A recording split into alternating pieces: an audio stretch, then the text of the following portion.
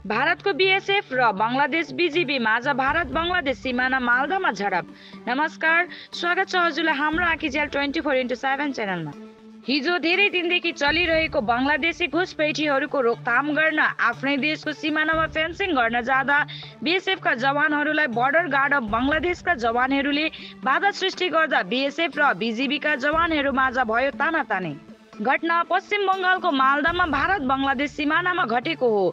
पछि बीएसएफको साथ दिन गाउँका मानिसहरू पनि निस्केपछि बीजीबीका जवानहरू भाग्न बाध्य भएको छ।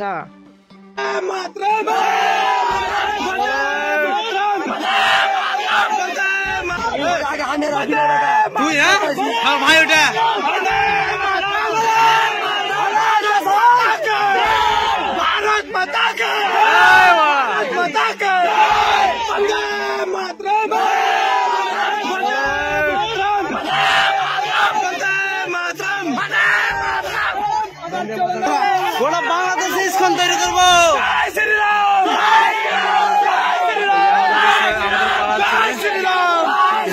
বন্দে মাতরম, বন্দে মাতরম, ভারত মাতা কে, ভারত মাতা কে, ভারত মাতা কে।